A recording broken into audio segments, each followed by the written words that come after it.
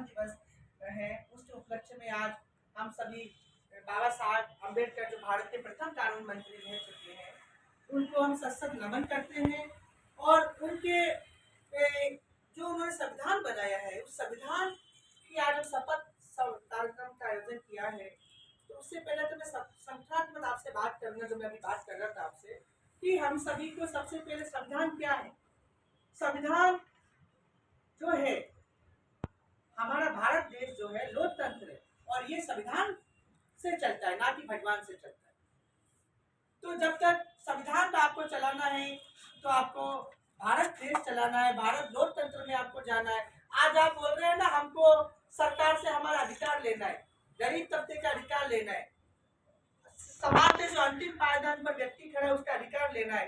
तो आप सरकार, हमने बहुत सारा प्रस्ताव दिया है, 15 पेज का, 100 पेज का, इतनी बड़ी बड़ी फाइल बना के हम सरकार को देते हैं कि मजदूर के लिए, श्रमिकों के लिए उनके अधिकार का विकास किया जाए, उनको सरकार की उनको समय मिला जाए, उनको श्री कोशिश में जो व्यक्ति पीड़ित है उनको समय रहते हुए न्याय मिले, समय रहते सरकारी योजना लाभ मिले। जो रेलवे पटरी के पास जो झुग्गी झोपड़ियों में लोग रह रहे हैं बड़ी बड़ी मेट्रो सिटी में, भवन निर्माण के जो मजदूर हैं, लेकिन फिर भी बहुत सारे लोग कुछ भ्रांतियों की वजह से वो लाभ नहीं उठा पाते। तो ये सब सरकार, जब सरकार ये बात हमारी नहीं सुनती है, तो जब सामाजिक संगठन और श्रमिक संगठन साथ में आते हैं और वो क्या करते हैं, या तो वो दिल्ली में जंतर मंतर रोड पर धरना देते हैं, या तो वो जयपुर में धरना देते हैं, और या तो फिर उदयपुर कलेक्ट्रेट में धरना देते हैं। तो यह धरने का जो, क्योंकि सरकार जब हमारी बात नहीं सुन रही है, तो धरने कौन देगा, जो मजदूरों की आवाज कौन उठाए? ये संविधान है। संविधान क्या है? यही संविधान है कि संविधान, पुलिस, कोर्ट, कानून, सरकारी डिपार्टमेंट जितने भी बने हैं सब संविधान से चलते हैं। आप तो सरकारी नौकरी में कोई आईएएस की तैयारी कर रहा है, कोई आईपीएस बन रहा है, कोई आरएस बन रहा है, बड़े बड़े एग्जाम फाइल कर रहा है, तो ये क्या है? संविधान की देन। और ये संविधान किसने दिया? डॉक्टर भीमराव अम्बेडकर साहब ने, जो भारत के प्रथम कानून मंत्री और संविधान सभा निर्वाचन के अध्यक्ष रह चुके थे, भारत रत्न जिनको मिला है।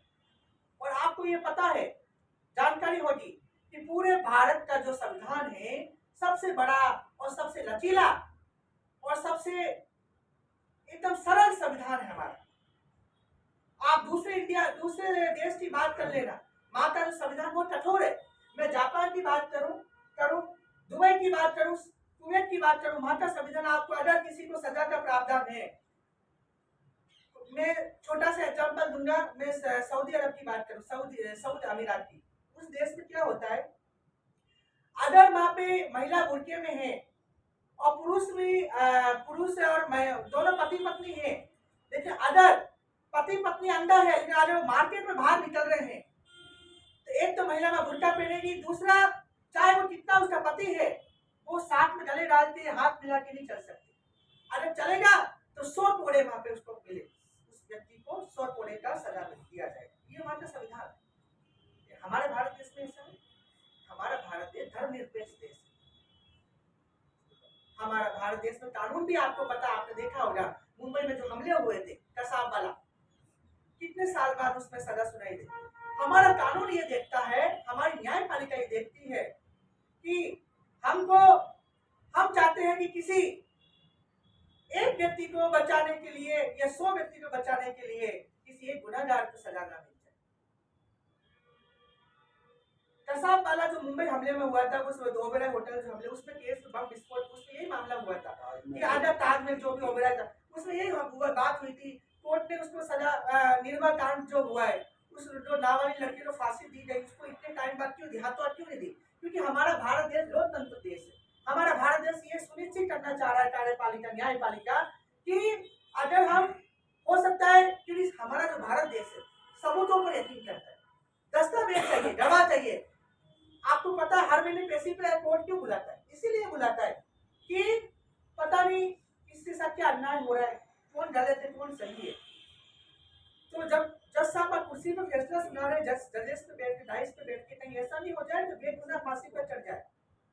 इसलिए हम हर महीने पैसे पे बुलाएंगे और ये पता करेंगे कौन सच है कौन झूठ है। इतने सारे कागज क्यों बनवाते हैं? हम अधिवक्ता क्यों करते हैं? अधिवक्ता मैडम हमारे बीच बैठी है, एडवोकेट यशोदा वर्मा जी। हाँ, हम क्यों बुलाते हैं?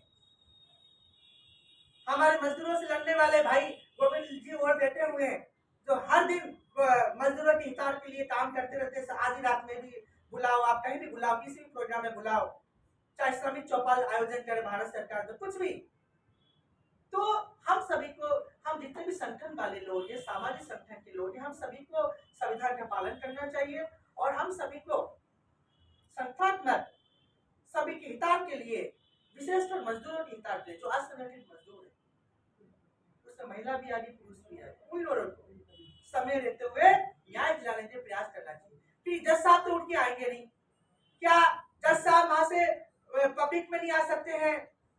अधिकारी भी जैसे नहीं जब तक हम बुलाएंगे नहीं। कल हमारे शिविर में अधिकारी थे, लेकिन सबसे पहले तो सामाजिक संगठन करनी पड़ेगी, सामाजिक कार्यकर्ता। कल मैंने सब पहल की, कलेक्टर साहब को फोन किया, अधिकारी फोन तुरंत उनको थोड़ी को, तो ये बात हमको, मतलब सरकार को और अधिकारियों को हमको जगाना पड़ेगा।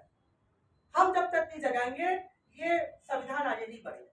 बहुत सारे कानून ऐसे हैं देश में, बहुत सारे हैं, कितने आपको सबको पता है। हमारे मेरे से ज्यादा बुद्धिजीवी लोग यहाँ बैठे हुए, वृद्ध लोग भी, आप लोग सीनियर सिटीजन बैठे हैं, मुझसे ज्यादा आपको जानकारी, आपने पूरी दुनिया देखी है। मैं तो पूरे देश में घूमता हूँ, लेकिन आप लोगों को अनुभवी व्यक्ति हैं, सम्माननीय है कि अगर हमारे कितने सारे कानून बने हैं, कितने सारे लोग कानून को फॉलो कर रहे हैं, कोई कर रहा है? आज यातायात के नियम बना दिए कि सड़क पे इस तरह चल, क्या कोई मान रहा है? कोई है ना? तो वही बात हो रही है। तो मैं यही कहना चाह रहा हूँ, बहुत नहीं, ये मैंने एग्जाम्पल दिया जाता है ट्रैफिक रूल्स का मैंने नियम दिया है, लेकिन उसके अलावा बहुत सारे नियम ऐसे। आप कहीं सार्वजनिक स्थान पे जाओ, सरकार स्वास्थ्य एवं परिवार कल्याण मंत्रालय ने एक धूम्रपान अधिनियम 2006 कानून बना दिया कि सार्वजनिक स्थानों पर कोई स्मोकिंग नहीं करेगा, थूकेगा नहीं, गुटखा नहीं खाएगा। आप जब कोई गुटखा खाता है तो उस पर लिखा हुआ भी आता है, मिराज के पाउच पे आता है, बीड़ी कि आपकी सेहत के लिए, धूम्रपान आपकी सेहत के लिए हानिकारक है, तंबाकू के लिए। तो क्या वो लोग तो भी खा रहे हैं? बताइए। तो ये सब कानून की बातें हैं। अज्ञानता वंश नहीं, उनको अज्ञान स्वार्थ के लिए खा रहे हैं, उनको स्वाद चखने के लिए खा रहे हैं। अज्ञानता वंश हम नहीं बोलेंगे ना, वो मूर्ख है, नहीं, मूर्ख हम लोग है, वो मूर्ख नहीं है। मूर्ख हम लोग जो बड़े बड़े भाषण दे देते हैं, हम लोग बोल देते हैं, उनको समझा रहे हैं, है ना? लेकिन वो लोग हमसे ज्यादा समझदार है, उनको पता है, लिखा हुआ भी है। अगर उनको पढ़ना नहीं आता है तो वो लोग यहाँ पे लिखा हुआ भी है। वीडियो चल रहा है,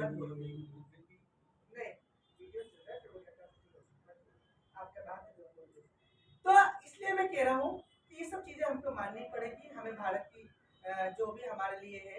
विशेषकर एक बात ये कहना चाहूँगा, इस संगठन के द्वारा उदयपुर में हमारा जो उदयपुर का जो डिस्ट्रिक्ट प्रेसिडेंट नीरज जी माली साहब है, और पूरे फेडरेशन उदयपुर ब्रांच का काम देख रहे हैं। अभी तक वो क्या क्या कितने शिविर लगाए हैं, कितने लोगों को फायदा दिलवाया, क्या क्या वो बताइए।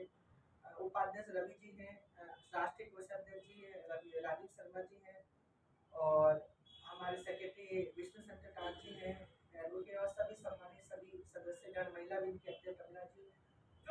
तो ये सब आपको उदयपुर में, आपको, मुझे तो राष्ट्रीय जिम्मेदारी है, मुझे तो कभी इधर कभी वहाँ जाना पड़ता है। तो मैं आपसे कहना चाहूँगा, एक तो आप सभी जो सदस्यता अभियान है उस पर थोड़ा जोर दीजिए, आपने सदस्य बनवाइए ज़्यादा से ज़्यादा अपने अपने एरिया में। आप लोगों को डायरी दे दी जाएगी नीरज जी के द्वारा, या जो भी फॉर्म दे दिए जाएंगे उन सबको मेंबर बनाएं। गोविंद जी को भी, गोविंद भाई देखे, उनको ये बात अच्छी तरह पता है, बिना सदस्यता संगठन नहीं चल सकता है। तो सरकार का फंड दे, हमारे जो भी रियायती दर सरकारी शुल्क है, 100 रुपया हो, 50 रुपया हो, 21 रुपया हो, 10 जो भी, तो संगठन उससे चले, है ना? तो ये बात हुआ, बहुत बहुत धन्यवाद। उसके बाद में हमारे फेडरेशन के राष्ट्रीय कोषाध्यक्ष जो राजीव शर्मा जी, जिनको राष्ट्रीय स्तर जिम्मेदारी मिली है, वो भी सब सर पर 2 सब कहेंगे आपको। क्या हो गया?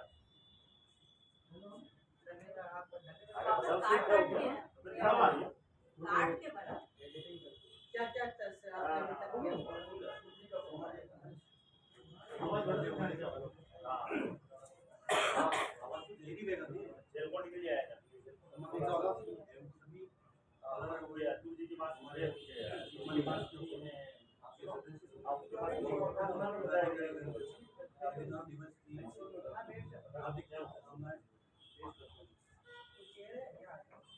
ये संगठन हम वो 2016 से चला रहे हैं, सामाजिक सुरक्षा। अच्छा, ये गिरिगिरी से हम गिरिगिरी गए थे। हाँ, तो वहाँ उनका भाई सब रजिस्ट्रेशन लेके तो चले जाते हैं, और कोई दरअसल पे कोई काम नहीं कर रहा है, तो ऐसा संगठन बनाओ वो दरअसल पे काम करे। तो ये एक सामाजिक फेडरेशन ऑफ इंडिया का गठन किया, उसमें सभी राज्य में इसको लागू किया, जगह जगह चल रहा है, अच्छा चल रहा है। अपने उदयपुर शाखा में केंद्रीय सभी शिक्षा बोर्ड के द्वारा हम जगह जगह अलग अलग पंचायतों में, अलग अलग वार्डों में कम से कम 60 चीजें लगा चुके हैं, जिसमें 40 महिलाओं को बुलाते हैं, जिसमें 18 साल से लेकर 45 साल तक की महिलाओं को विभिन्न लोग आते हैं। कोई जिला विधिक से आता है, कोई बैंक से आता है, कोई समाज कल्याण बोर्ड से आता है, रोजगार कार्यालय से आते हैं, सब आते हैं। सब करने अपने अपने विभाग की जानकारी देते हैं, और कोई केंद्रीय केंद्रीय सरकार की कोई योजना है, राज्य सरकार की कोई योजना है, उसके बारे में बता के उनको लाभान्वित कराने की कोशिश करते हैं। 60 चीजें तो अलग है, इसमें जो भाग लेती है उनको 500 2 दिन का शिविर लगता है। इसमें 500 250 रुपये करके 500 रुपये प्रशिक्षण में आपकी एक पुरस्कार के रूप में 500 रुपये के खाते में जमा कराते हैं। अभी हमने ये नगर निगम ने जो इंदिरा गांधी रोजगार 100 दिन की रोजगार योजना चालू की, राजस्थान सरकार ने जगदीश राज जी श्रीमाली के कहने पर उन्होंने प्रस्ताव रखा, विरोध साहब ने मंजूर किया है और लागू किया। तो 1 अक्टूबर से हमने चालू किया है, 14 अक्टूबर से चालू किया है, जिसमें 15 कैंप हम लगा चुके हैं, जिसमें करीब 2000 लोगों को लाभान्वित कर चुके हैं, जिसमें ये 100 दिन की रोजगार गारंटी योजना के फॉर्म भरा चुके हैं, वो काम की निगरानी की तारीख घोषणा कर दी है, वो चालू करेंगे, उनको तारीख दे दी है। और ई श्रम कार्ड भी बनाए, जिसमें 2 लाख का बीमा, जो कोई भी अकस्मात किसी कारण दुर्घटना हो जाती है